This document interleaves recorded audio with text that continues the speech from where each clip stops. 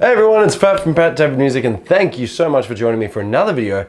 Now today we're talking about a question that I get asked all the time, and whenever you've got a question yourself, leave a comment below, or if you don't want to do that, if it's too public for you, send me a message over on my Instagram or my Facebook. I always get back to you guys. But today we're talking about how long does it actually take you to get good. So what we're going to discuss is how long it should actually take someone, what should you do, how often should you practice, as well as diving into some of the world's most famous, greatest even guitarists of all time. Players like Joe Satriani, Angus Young, Slash, Brian May. We're talking about all these different guitarists in this one video. And by the end of the video, you'll understand, okay, how much time is it going to take? Where am I going to go to? What do I need to do? It's all contained in this one video. Let's get started.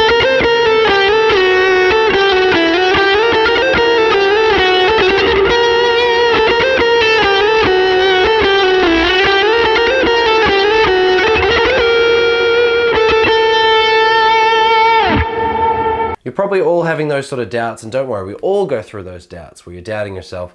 But I thought what we would do before we tackle all those doubts is we'll talk about some of the world's most influential and greatest guitarists today, and hopefully that will sort of inspire you and sort of help you get motivated, and then I'll answer all those sort of self-doubt questions at the end of the video. Now the first guitarist we're talking about today is Slash. He started playing guitar when he was 15. His first album came out with Guns N' Roses in 1987. It blew up, was a massive, massive worldwide sensation. So many world tours came from that one album, and that album came out when he was only 22 years of age. Now you might be thinking to yourself, whoa, 22, and he was already like a mega star.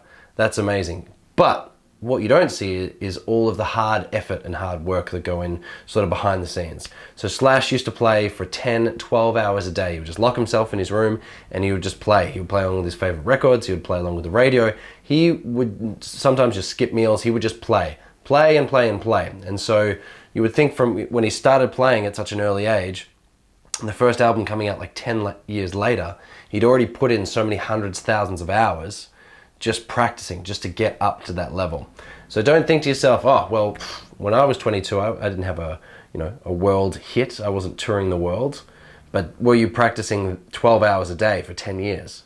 Maybe not. So maybe that's why. But if you were to think, okay, well, let's take all of those hours and let's spread them out over the next couple of years, next decade, you could climb those steps. You can get up to that same playability. You definitely can. Just have to put into the time. I'm a massive fan of Slash myself. Is there any favorite Guns N' Roses song that you like? Definitely leave a comment below. Next guitarist. Next guitarist is Joe Satriani. Now, Joe Satriani, born over in New York, he is actually one of the main reasons why I actually play guitar at all. Huge fan. He's so melodic. If you haven't heard of his music before, he writes and plays instrumental music where he plays like a lead, like a solo, but it's really has a vocal sort of quality.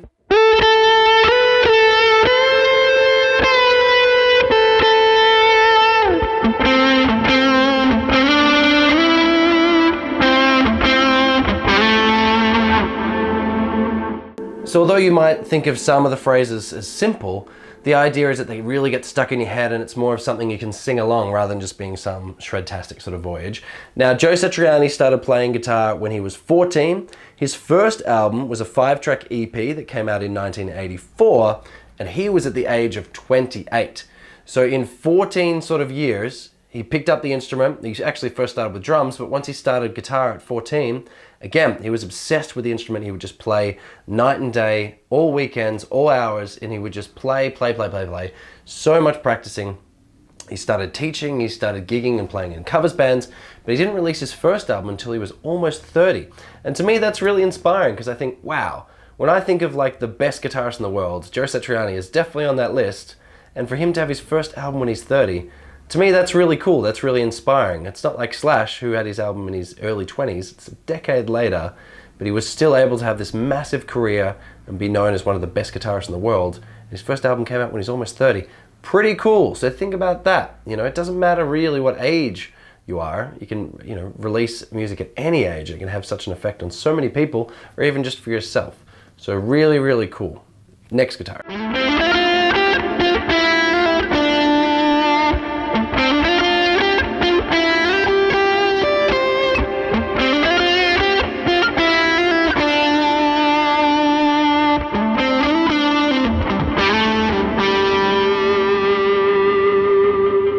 Next guitarist is Brian May, of course, from Queen. So Brian May started guitar when he was aged 11. His first guitar came out with Smile before the band sort of changed into Queen in 1968. So long ago, 1968. And his album, when that album came out, he was aged 21. Far out, another amazing guitarist in his 20s. But again, he was obsessed with the instrument. He would build the instruments. You know, his red special guitar that you've seen in so many videos and in so many performances and concerts, he actually built, which is pretty amazing. That's why it's got those crazy switches for changing all the different tones and sounds. And it's a guitar made by him for just him. And that's really, really cool. But again, he played so often and so frequently. But something that you might not know about Brian May is that everyone loves Bohemian Rhapsody. Of course, it's an awesome tune. But a lot of the leads and the solos were actually written by the band's singer, Freddie Mercury. So isn't that interesting? So sometimes you're going to be an amazing guitarist, but you just need to collaborate with other people to bring you out to even further to where you could maybe get by yourself. Collaborating and then learning from others, letting people write for you, writing for other people, can really just take you to that next level. Pretty interesting. Next guitarist.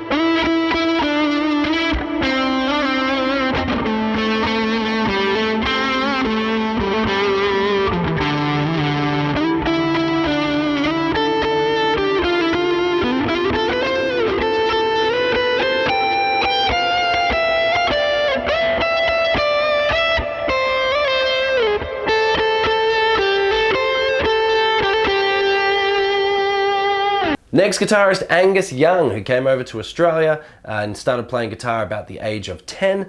Now, Angus Young's first major album was in 1975 with AC/DC, of course, and aged 20. Fun fact, my dad used to be a radio presenter in Australia, and he actually interviewed the entire band like in the 80s. So that's pretty cool, pretty interesting. But yeah, of course, AC/DC, he used to play so often with his brother, Malcolm Young, both were guitarists, and again, he used to play all of the time. But when you think about AC/DC and you think of the complexity of music, like how complex music is and how it can be, you think of AC/DC and you've got some really big sort of chunky chords.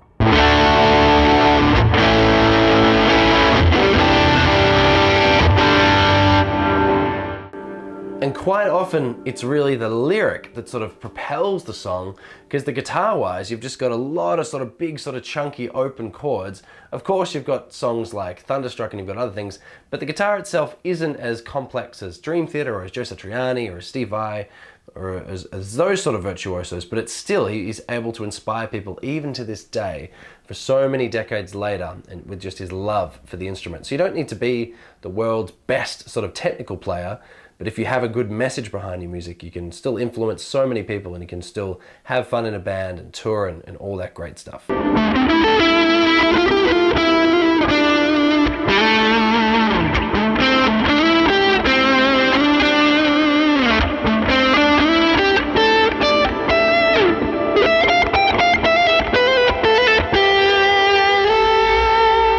And our last guitarist on this list today is John Petrucci. John Petrucci started playing guitar when he was 8 years of age. His first album came out with Dream Theater in 1989. John Petrucci is always hailed as being one of the most technical guitarists out there, and certainly with his work with guitar-centric Dream Theater, Rog's sort of prog band, it really sort of shines through. If you haven't heard the band before, definitely check them out. Amazing. Now, John Petrucci went to Berklee School of Music. Again, he was practicing so many 5, 6, 8, 10 hours a day. He was just obsessed by the guitar. He had an entire, if you can imagine, sort of chest of drawers where he would, or filing cabinet even, where he would put everything from guitar magazines to things that he'd got from different teachers to things that different people had told him. He'd break it up into sort of scale exercises, solo exercises, chord ideas. He'd organize everything, and when he'd go to practice, he'd take something from each of the shelves. He'd sit down, study it until he could play it perfectly, then move on to something else. He was very, very rigid with his practicing, and he was very thorough with his practicing, and he's an amazing player. But again, he put in all those hundreds and even thousands of hours early on. So that first album, when it came out when he was just 21, already it was a massive hit.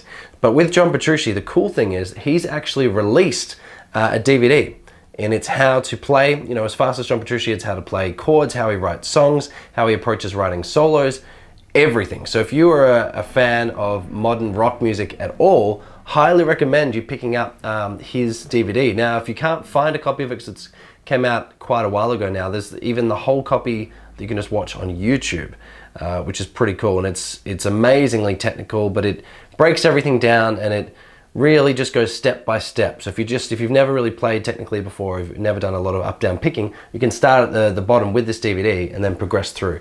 Highly recommend. Now, the whole point of this video wasn't to get you stressed out about, well, these guitarists were 21, 22 and they're already superstars, or I've only been playing guitar for a year. Does this mean I'm gonna have to, practice for 10, 12 hours a day?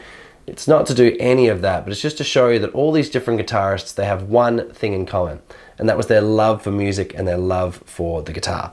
Now, that love, just don't think that it's something that you automatically have to have. It's something that you can actually build over time. And I found that with myself, the more I played and the better that I got, then the more I loved the instrument and the more that I loved music in general. And I really think that that will work with anyone, really. So highly recommend getting a diary. If you don't, just use Google Calendar, writing down on a piece of paper, write it and stick it on your door so that you see it in the morning, but write out a schedule.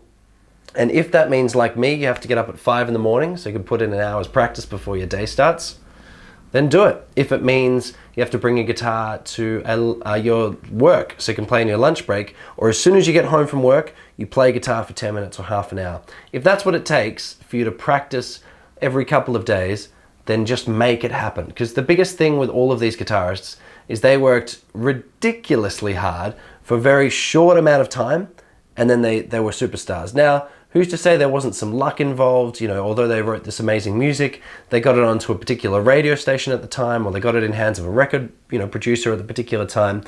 Who knows what behind the scenes was going on. But the one thing that they all had was their love for music and the fact that they worked their butts off. They worked so hard just to follow that dream.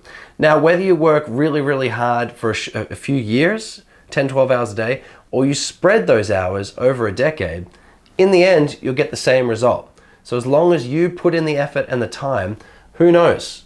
The person that's watching this video now, this could be someone that, I'm making a future video about. Wow, this guitarist's come out of nowhere and they've exploded and now they're touring the world, blah, blah, blah. Anyone can do it, even you. You just have to find a way to put in the time. Whether it's, a few hours here or 10 minutes there or half an hour, you can definitely do it. Now, if you're not sure where to begin and this all just seems like too much, head over to my theory playlist if you want to learn theory and understand actually what's going on the guitar. If you want more of a practical approach where you learn songs and you learn chords and you learn scales and you learn how to solo and write your own songs, head over to this playlist. But you've got the power, you just have to make time to practice. You can definitely do it. Do you have some other favorite guitarists that inspired you? Leave a comment below and let me know. I'll see you all again.